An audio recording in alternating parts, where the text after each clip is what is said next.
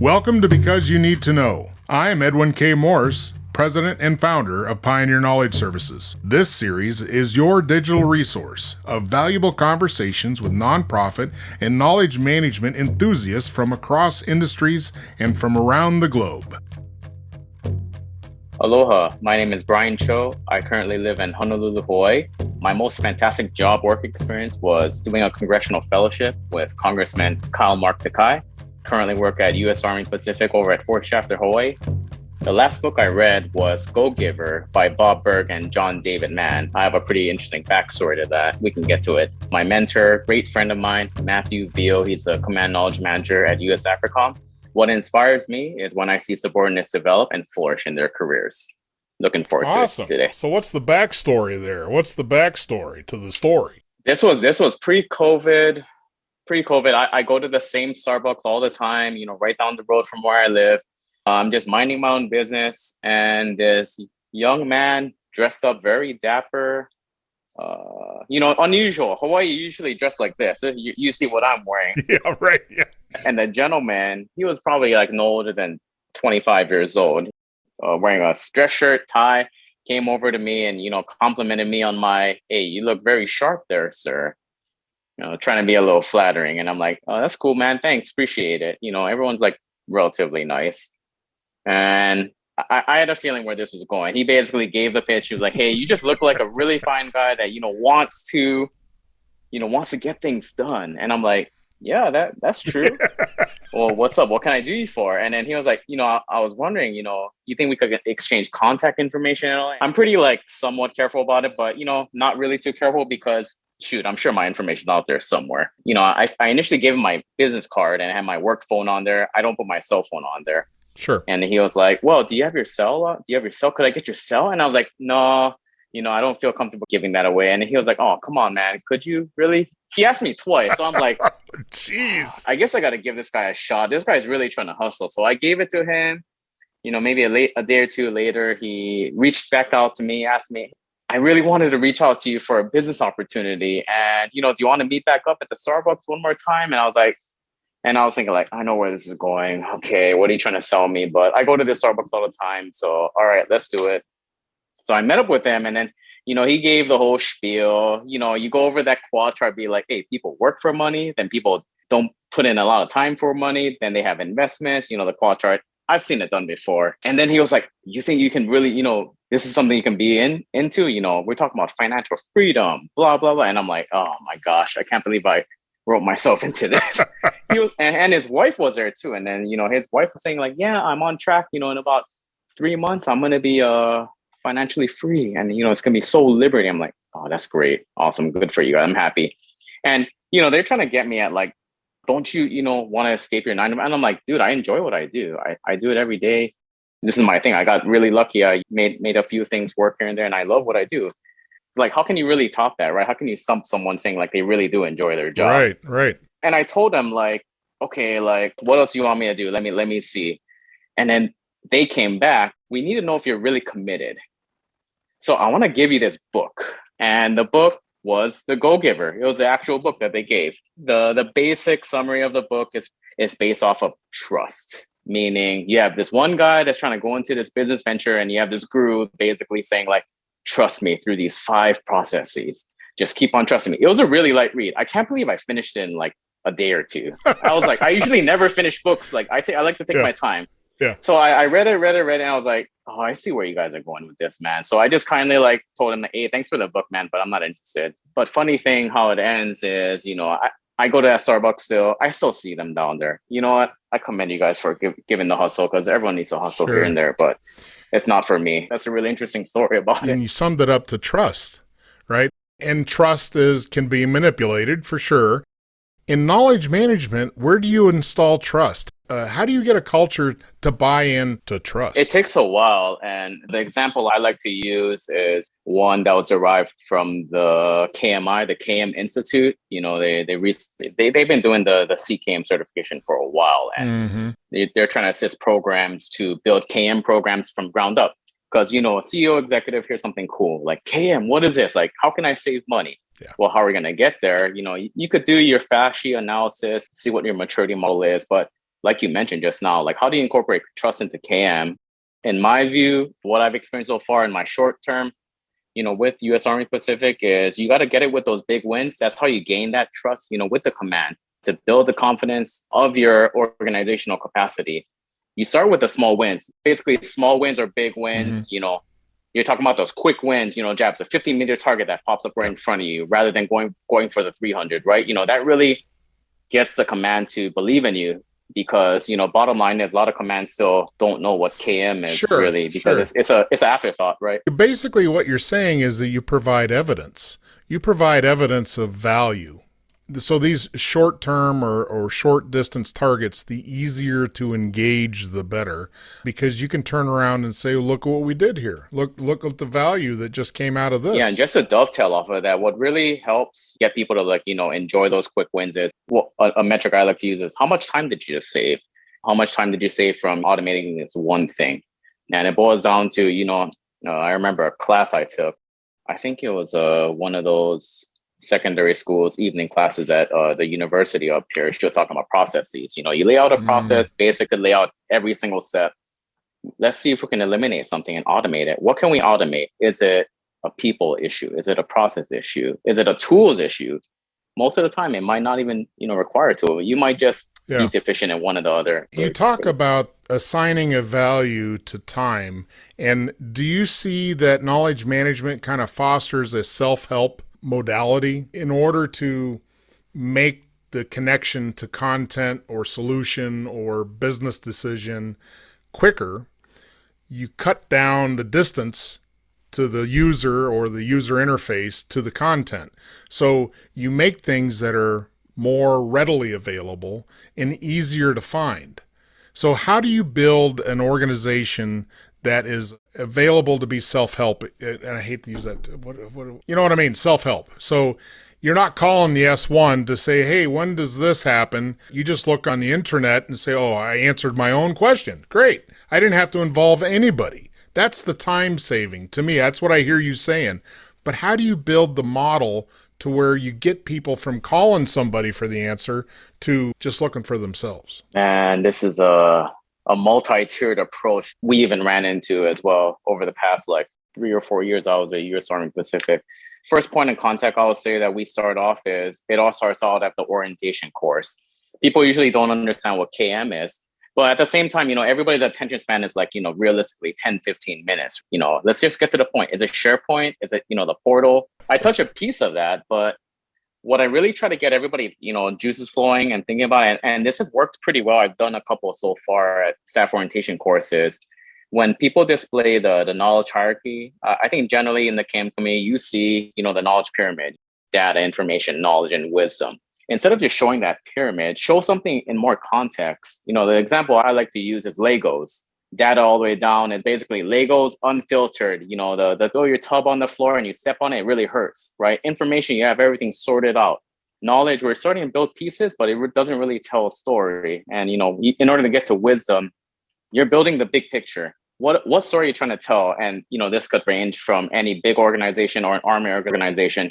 You're trying to get a decision to your commanding general. When I paint it like that, I might see light bulbs start to go off because whether people like it or not, or people know it or not, is people are already kind of doing it already. It's just they don't know they're doing it. Yeah. They're doing it unconsciously. No, really. I usually start it off like that. I'll fast forward a little bit of what we've done so far. Okay. So KM in an army organization, whether we like it or not, is a SharePoint heavy organization for the start, for the beginning. It is what it is. But, my approach, what we did, I'll give credit to a colleague of mine. She's over in Japan. We helped establish standardization across the board. Going to different army commands, you'll see, different layouts, on every different section. Initially, we try to standardize, every person's layout everywhere from what they're all about, their announcements, and their directory as well, because top half of the centerfold is generally what people want to look for. That has paid off pretty good dividend because people generally know, where to look for it. Having proper governance, a KM SOP, a KM plan, giving that senior leader feedback of how are you trying to get from A to Z? In this case, the joint DoD KM model on maturity. How do we get from 1 to 5, right? And then where we're at, how we're going to get there, how it's going to improve our organization and get you to make a timely decision in the most accurate way. That's generally how most KM organizations are flowed, but they do tend to get a little stagnated, probably, more SharePoint focused.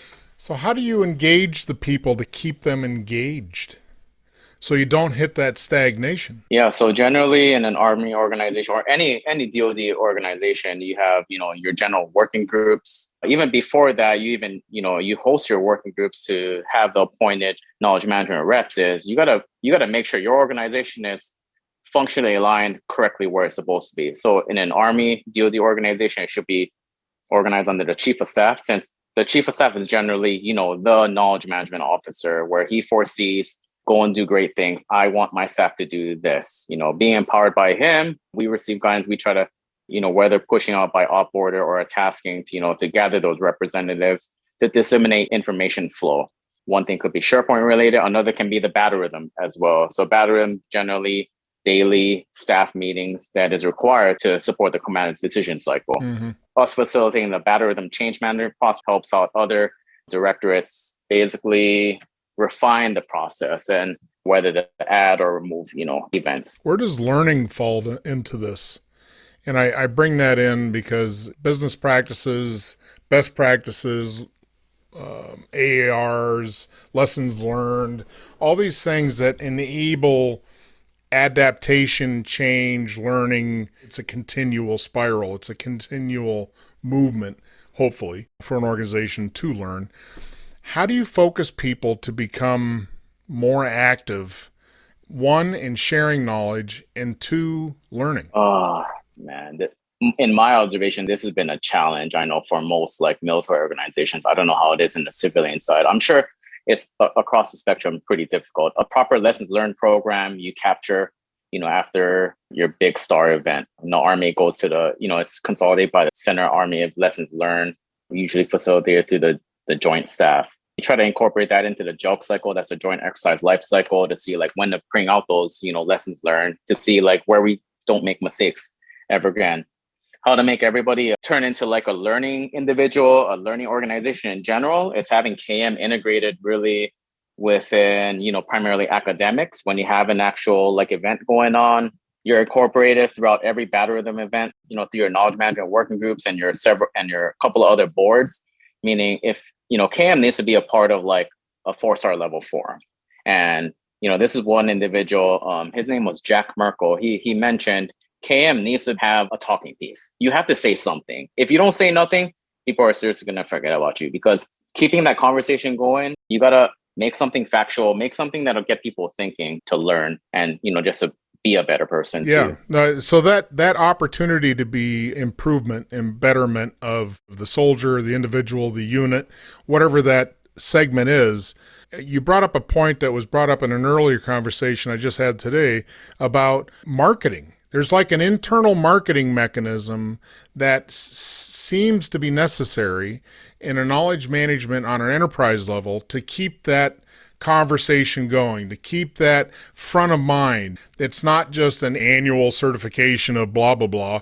It's more of a keep them engaged, keep them learning. Yeah, you're absolutely right on that. The CKM, hosted by the KMI, he touched on that as well.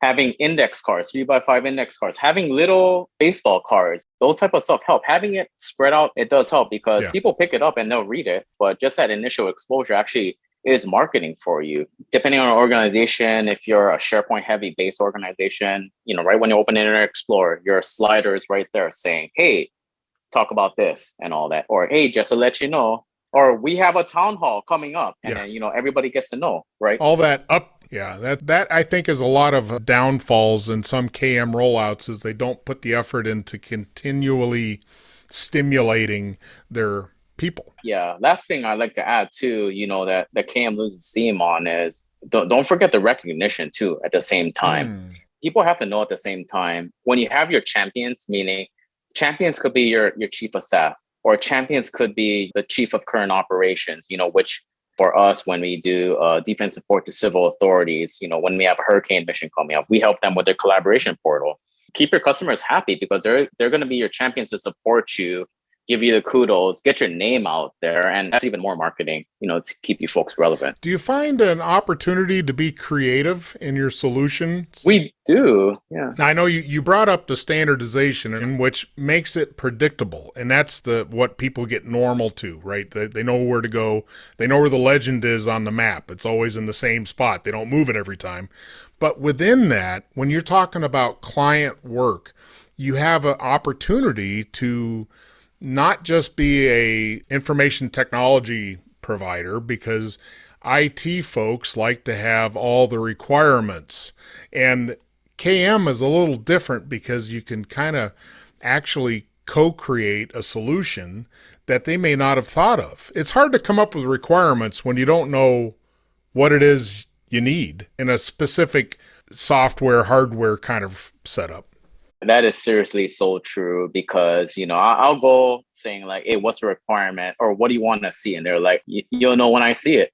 Sometimes general officers, they seriously just don't know what they want. This was actually a recent project solution that we just developed, and I'm pretty lucky. I got 4 high-speed SharePoint developers. They've been with the team since 2018, help us build tools and solutions. I've seen this go through an iteration. About 2 to 3 years ago, every chief of staff is different, right? Every chief gets what KM is. Every chief might not even know how to spell KM. And then you might have the chief that, it's kind of like hands off. Let's just say maybe he tap dances a little bit, but then, you just nod your head, be like, okay, I'll just color. No problem. I got you. We'll take care of you. So the first iteration of this tool was a way the chief wanted to be able to track, how can I track an engagement, that a general officer attends? And I need the staff to be able to collaborate in here so that if there's relevant, pertinent information, the general officer and his aide can just pull up. Like the example he liked to use was pro masks at Redstone Arsenal. I'm going to Redstone Arsenal. Okay, protection, G34 protection. I need you to input in this system all things pro mask and what we need to ask for potentially. So we built this pretty good tool. It had a pretty robust search functionality. One of the gaps that we ran into was it was a little too complicated, and meaning we're trying to shove too much down at the same time. So that sort of died on the grapevine as well. Fast forward maybe a year ago, the protocol team and also most of the GOs front offices, they were still looking for a certain type of solution just to track engagements. Not engagements, people going off, but people coming into the command, just in general. And the solution they're using for the time being was a PowerPoint. Generally, that's fine. The military likes to use PowerPoint, and it's okay. It serves its pros and cons, right? Certain processes you might need to use a PowerPoint as much as people don't like it. We develop a solution basically replicating what the PowerPoint looks like, visualizing the data for the senior officer. The gap that we filled, the process that we automated, was the collaboration piece, meaning generally each event required a read ahead, an executive decision information paper, and also a place to populate your exams. So staff action officers, you could assign X such and such, to this engagement. People can just go in here, upload a product. It even shows you a stoplight chart, red, amber, green, on like, hey, are we good? Are we still working? Are we, solid? Or where are we like danger zone? They integrated this tool, in general, staff syncs just to see like, hey, which engagement do we need to assign a GO to? And so far, it's paid pretty good dividend. And I think what really helped us out was just creating something really simple. Yep. Using SharePoint in the back end, basic HTML and CSS in the front end really helped us out pay dividend. And then what we can really do later on is really mature the process, maybe integrate more advanced search features in there and such. It even got like such kudos that like other people wanted, of course, Sure. When they see something shiny, they want the same thing. And we want that. That's no problem. Yeah, we can do it all day, every day, really. And that has been one of our like recent success stories. That brings up a great opportunity, right? You're able to provide service and value. I hear what you're saying. It's somewhat easy to overcomplicate everything. And I hear what you're saying. The interface has got to be easy. You can't make it complicated. You can't design anything anymore that's going to have a 5-page instruction sheet on how to use it. I mean, that boat sailed. We're not, for most applications, you want it to be figure it out. It's click here, figure it out. You'll get there. And I think a lot of things we do make too complicated. It's something that, I don't know, maybe it's a a mental model that we need to get away from, you know. I hear some music in the background. What is your definition of knowledge management, Bryan? Depends on the context, really. Okay, on this context, on today's context. On today's context, in a joint DoD environment, KM is, the commander's initiative to enable his staff to support his commander's decision cycle by aligning people's processes and tools to create a learning organization. That's the bottom line out front. It's been reused, ever since KM was first established in the DoD. That really goes to any organization. Yeah. It really goes to, you can go to the FANG T organizations, down to your small mom and pop organization too. What do you have in place? What do you have a repository in place? Do you have your naming convention in place? General practices right then there. That's what it boils down to. So what's the future? The metaverse. How does the metaverse, and that's coming. Thank goodness that we're just constantly chasing the next thing, because it improves and becomes something different. And I'll just say this historically because I have this history. Back when computers first started out to become personally available, the model was they adopted, for the most part, was they just took the digital conversion of what everybody was used to, which was manila folders and file cabinets. And they just digitized the exact same process that we've all known for 500 years on how office stuff works. What is the future when you start talking about augmented reality, organic technology, meaning that eventually we'll all have implants of some sort?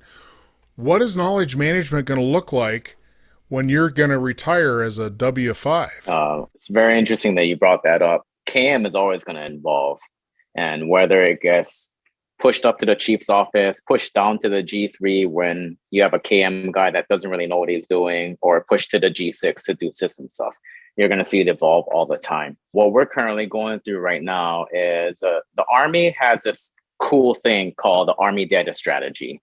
They talk all things data. They're talking like, how do we automate the data kill chains? Like, do you even know what you're talking about? They'll talk things like cloud. One guy will say like, we need everything in the cloud. I'm like, do you even know what that means? It's like, sure, buzzword is cloud. But the cool thing, we're actually given this opportunity, and it is a point of contention to some KM people too as well, because bottom line is you can't make decisions off of data. You make decisions off of knowledge, right, in general. But I think to my interpretation, people do get that. So what's actually about to happen shortly in our organization, and I'm giving a lot, which is okay, because it's going to happen whether we like it or not, because we need to evolve. And like you said, augmented reality, AI, ML, it's coming whether we like it or not. So how can we supplement that, really? You're starting to have these establishments of CDOs, chief data officers. They're kind of like the leading forefront, with their deputies, one being whether knowledge management officer being a deputy, one being a cloud individual. The other in the Army would be an ORSA individual. These are your data scientists as well that are able to filter out, work with raw sets of data. Where KM really works into this is you work with the governance piece, you work with the tools automation portion, you work with the training portion, which is really important as well. And you also, continue doing the collaboration environment. I foresee it, slowly evolving into a data science role, potentially, maybe a supplementary to the data science role, with a dotted line to chief of staff, still supporting his decision cycle, integrating staff processes as well. I see that happening soon, because a lot of organizations are going to this model where the KM organization is really being fused under the CDO, from a lead from the CDO. And I think we do kind of need that firepower, because unfortunately, the military rank does matter. You're going to have more firepower from either GS-15 or an SCS CDO to help you push through, your initiatives. That's in the near term. I'd say 3 to 5 years, probably. Is there any other pieces that you would like to add in before we wrap up? Oh, man. I'll give a shout out to Matt Veal. U.S. Army AFRICOM, KMO, colleague, Karen Segi. She's a KMO, the Command Knowledge Manager at U.S. Army Japan. We all used to work together, in U.S. Army Pacific. We actually brought up most of the tools and solutions. The Army KM proponent, Brigadier General Pete Benchoff, he's a good proponent of KM, loves it. Major General Peter Andresiak, but he was a huge proponent of KM. he's all about it. He one thing he did mention to us was that he was afraid and worried that he didn't have control of a KM program. And I think because he was so used to, micromanaging the KM guy, because the KM guy didn't know, but he couldn't keep up. And then he just had to, give him and let us do our thing. And to be honest, I think that's what got us, to where we're at. That worked out the best. Sure, right? It worked out good. Like we have, we got proponent offices from the Pentagon asking for like, hey, can you guys show us how you use your tool? You have a UCOM guy asking us for tools. It's pretty cool when the phone starts ringing and you're like, who is this? What? Oh yeah, that's I'm not surprised when it happens. It happens all the time. That's a wonderful compliment. So thank you very much for being here, Bryan. I appreciate it. Thank you so much. Glad to be here. Because You Need to Know is designed to bring people's experience and their knowledge forward to be shared. I'm Edwin K. Morris, and I thank you for joining in to listen to another conversation brought to you as a public service of Pioneer Knowledge Services, a nonprofit tax-exempt organization with a charitable knowledge management purpose. Find us online at pioneer-ks.org and add your voice to the conversation on Facebook.